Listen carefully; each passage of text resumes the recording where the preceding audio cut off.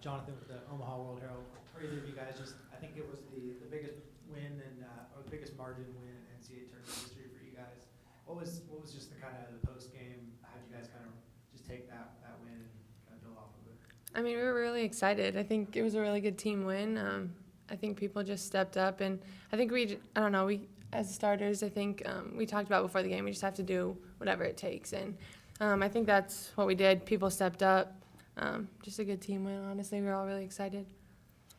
Yeah, I think we were excited about the win, but I think we celebrated for, not that long. I think we were ready for the next game pretty fast. And looking at Oregon State, obviously the Pac-12 regular season champions, what do you guys see from the Beavers? You know, they kind of have built into, obviously a Final Four team last year. I mean, obviously they're a good team. They have some big players, so we have to be ready for that. I don't know. I think we also just need to focus on ourselves and play our game. Yeah, I mean, we've never played them before. Well, we haven't played them in years, actually. We played them a couple of years ago, but I think we're getting ready for them. We're getting to know them. I think we'll just do the best that we can and do what we can. Brianna, for you, obviously, as a senior, you kind of don't want it to end. Is there kind of that mentality in the locker room of kind of wanting to string together something here? Yeah, I think our team's just really good about playing for each other and just they know that we don't want to be done like the seniors. So we definitely talk about going as long as we can and just playing as hard as we can, and we're having fun. Audrey, for you, was it helpful to kind of see them live yesterday? Obviously, it was before your guys' game, and you guys were probably all locked in, listening to, whatever, Kanye or something. It's probably Bree, not me. Being able to see them in person as opposed to, just moving figures on a screen. I mean, yeah, it was nice, and just kind of getting a hold of the environment. I mean, it was pretty loud in there, so we have to expect that tomorrow. But yeah, it was nice seeing them live. Have you played in a lot of big environments? They've sold this place out a couple times this year. I don't think I've played in anywhere like I saw yesterday, but I mean, I think it's exciting. It'll be fun tomorrow. Tomorrow, and I think we'll be ready. Anything else for our student athletes? All right, thank you very much. Good luck tomorrow. Thank you.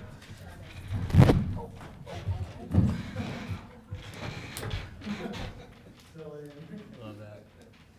All right, now Q&A for Coach Flanery. Obviously, a big win for you guys yesterday and moving to the second round. How did your team kind of just respond? You woke up this morning, had breakfast, and kind of got back to work? Well, I get up and eat breakfast a lot earlier than they do.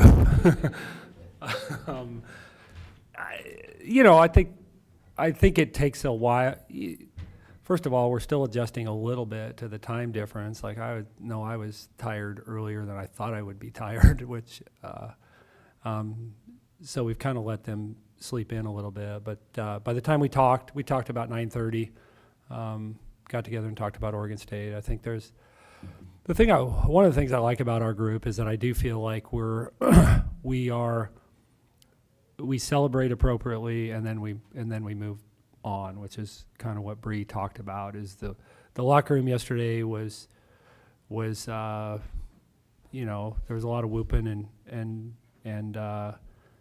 enthusiasm, but I don't feel like I feel like they have a sense for how long that needs to take place, and then when it's time to move forward, and to have a full kind of 48 hours to prepare is good, I think, for us, based on, again, the fact that we traveled a couple time zones to get here. If we had to play, we talked as a staff, the conference tournament where you play back to back to back, it's just a little harder to turn the switch from a win to, okay, I got to get ready again, whereas I think you got a little bit more time with that day in between, and also having that later game time tomorrow, I think is appropriate. So I just like to, I think as a staff, we like to feed them stuff in, kind of in rhythm, but not overload them initially, So that's kind of my philosophy, is throw some stuff at them in the morning, then come to practice, throw some more stuff at them, we'll throw some more, and then kind of pull it together tomorrow.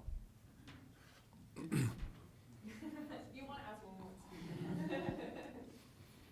Coach Bree just mentioned that she hadn't really seen an environment like there was here yesterday, and there'll probably be more fans tomorrow, given that it's a weekend night. Sure. Just how do you anticipate your group handling it, and just what is the key to handling a home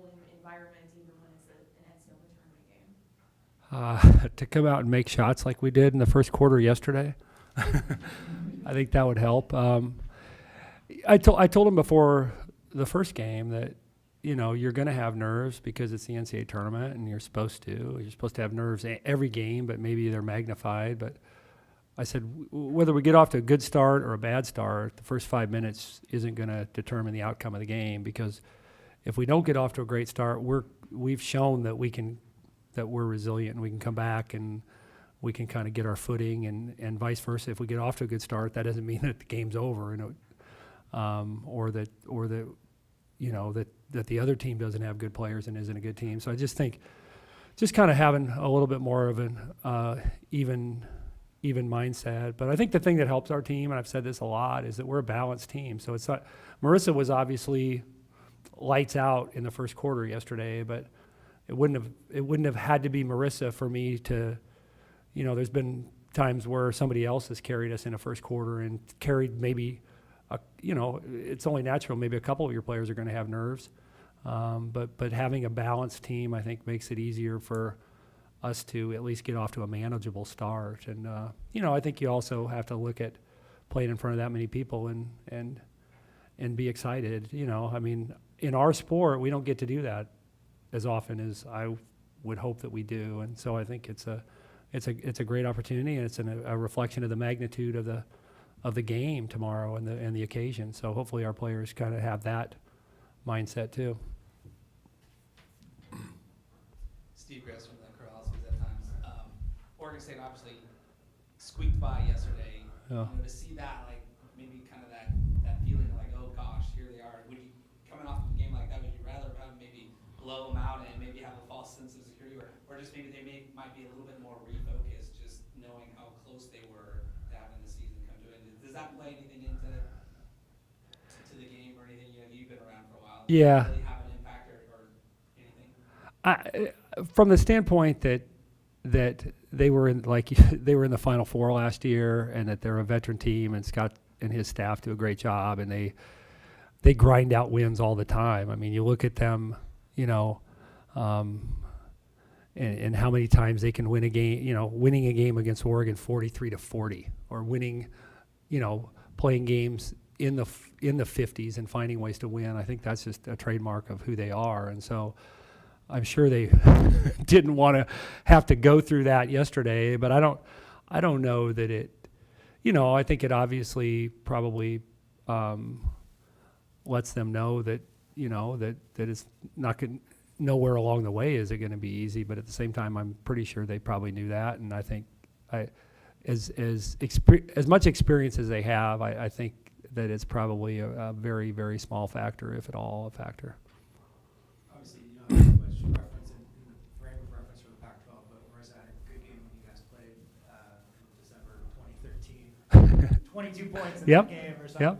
Yep. But does it just kind of help, just, you know, maybe knowing, you know, having seen Sydney Weiss and maybe a couple of those players, just being able to see, you know, what they're about? Sure. I mean, I went back and watched a little bit of that, and some of my staff watched a little bit of that game, just to kind of get a feel for like what they did defensively against us, because we're a different team than a lot of Pac-12 teams. We're not, obviously, we don't play as much power basketball. We're a little smaller, and so just to kind of have a sense for maybe what they would be thinking defensively, but also what, you know, where were we successful scoring the ball, and you know, not just Sydney, but Brown and Hansen and who else was on that team? I think there were 4 of them on that team. So I watched a little bit of it just to kind of get a sense for that. And yeah, Marissa remembers Weiss, but for the most part, again, that's probably not going to play a huge role. But I think, you know, to go back to your point earlier about just seeing them live, I think does, you know, there's some things that you can see when you watch somebody live that you don't necessarily get as good a sense for when you're watching on film. Obviously, they're a little bit of a different defensive team than Toledo is, but do you expect as many shots to have as much distance to each shot, or to have as much room to operate? Well, they've got most of the time they've got 2 paint protectors, which, you know, is allows their guards to go out and will allow them to chase us off the 3-point line.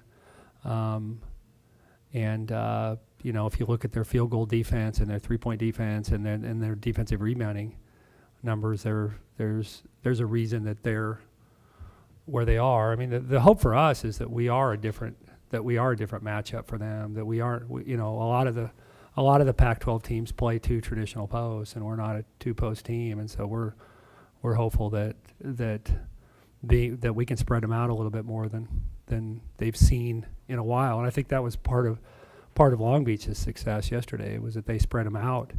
They forced Brown to go out and guard on the floor, or Gulich to go out on the floor and guard, and obviously that's not something that they probably want to do as much as they want to sit inside 15 feet and be able to bang against somebody.